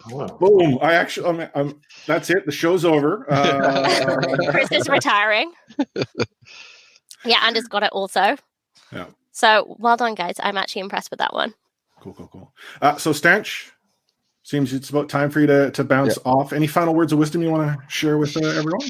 Oh, I'm just really excited about the All-Canadian season. I think it's going to be one of the most, that's probably the best iteration of weird COVID hockey we could get, is having all of Canada hating each other in a good fashion. So I'm looking forward to it a lot. So. And can I indirectly say, like, Wyatt, I'm so looking forward to all your coverage in The Athletic as a result of the All-Canadian division. That's like the sidebar of entertainment. Like, I am looking forward to you just stoking that fire for a 56-game stretch. I'll be getting the bulk of the armies, and I'll be running down every Canadian city as much as I can. So it's going to be a lot of fun. Is it going to be called like Wyatt Does Canada? Like 2021? Maybe not so. That sounds worse. But yeah, I'll come with a good Wyatt Does Canada tour. Might be something else. But I'll come up with something good for it. I'm sure. I'm going to try and do a little promotional video for the armies before the season starts. So I'm going to try to have some fun with it. Cool. Great.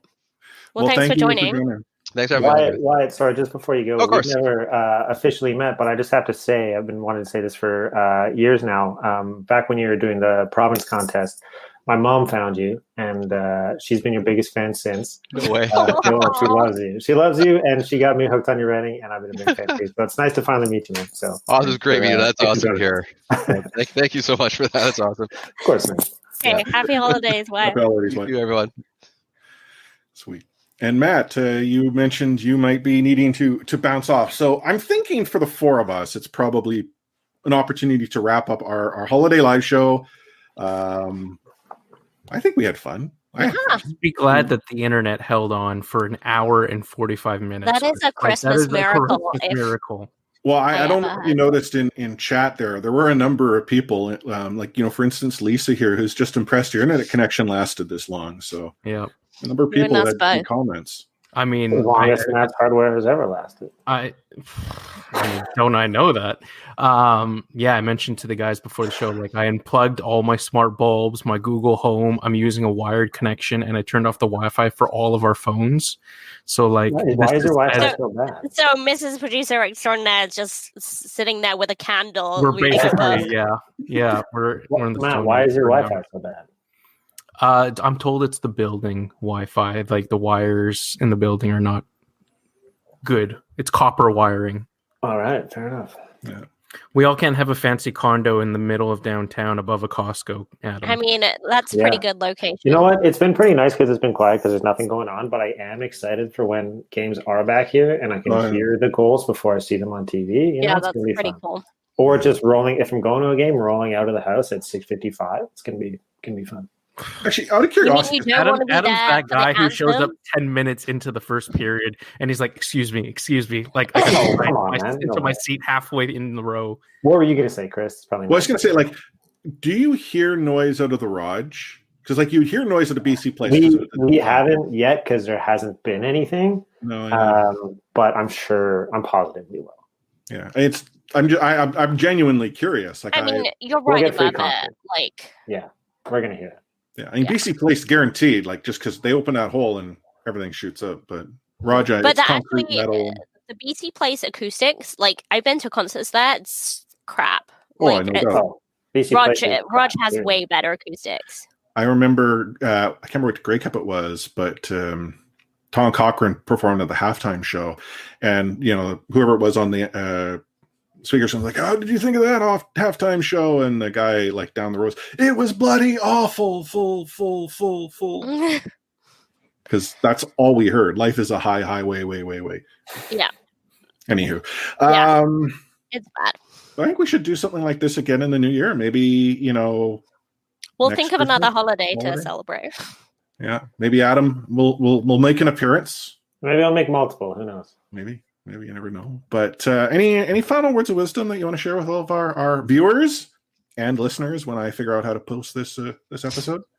No, thanks for joining us, and thanks for having me, guys. It's great to see you again. I look forward to more of this in the new year. Just be safe. Merry Christmas, Happy Holidays, and Happy New Year to you all. And hopefully we can get together in studio or in a bar sometime soon. How about you, Matt? Yeah, I think Adam put it pretty well there. I'd also like to say I echo Anders' comment, Adam, about how I'm looking forward to you snagging $10 tickets after the first period from scalpers. So make sure you have me on that wait list. You're right at the top now. Anna? Yeah. Thanks everyone for joining us. That was a real fun, festive party time. I hope you all enjoyed riding along with us. And yeah, stay safe. There's a lot of unknown still about what the new season's going to look like and what the new year's going to look like. But all we can do is do our part and stay safe. And hopefully there'll be some form of hockey for us to enjoy in the new year. Mm-hmm. And we might get back to normal, in 2021. And for me, I want to thank all of you who've joined the live show here. I want to thank everyone who's obviously listening to the podcast as you normally would. I want to thank the guests that joined us. Yeah, I'm not talking about Adam. I'm talking about Clay, Sam, Sat, Wyatt. It was fun. And I genuinely enjoyed having this round table. Maybe there's something we can do to synergize this in the future. Maybe we need to upgrade Matt's internet. Maybe we need to ensure Adam's not locked in his basement or whatever the rumors were these days. But have a safe and happy holiday season. We'll be back in the new year. We're going to take some much needed time off. So look for our next normal show in the new year. I was going to say 2 weeks from now. I don't want to commit to that because I need to look at the calendar, but we will be talking about NHL Vancouver Canucks hockey on the longest running Best Mediocre podcast that's related to the Vancouver Canucks. So on behalf of Adam O'Connor at Adam FOC, Matt Lee at Matt Lee _61, Anna Forsyth at A4603, myself, Chris at Lightforce. Make sure you're following us on Twitter at the C4 Podcast. Join C4 Discord at discord.io/C4 Podcast. But guess what? We're out.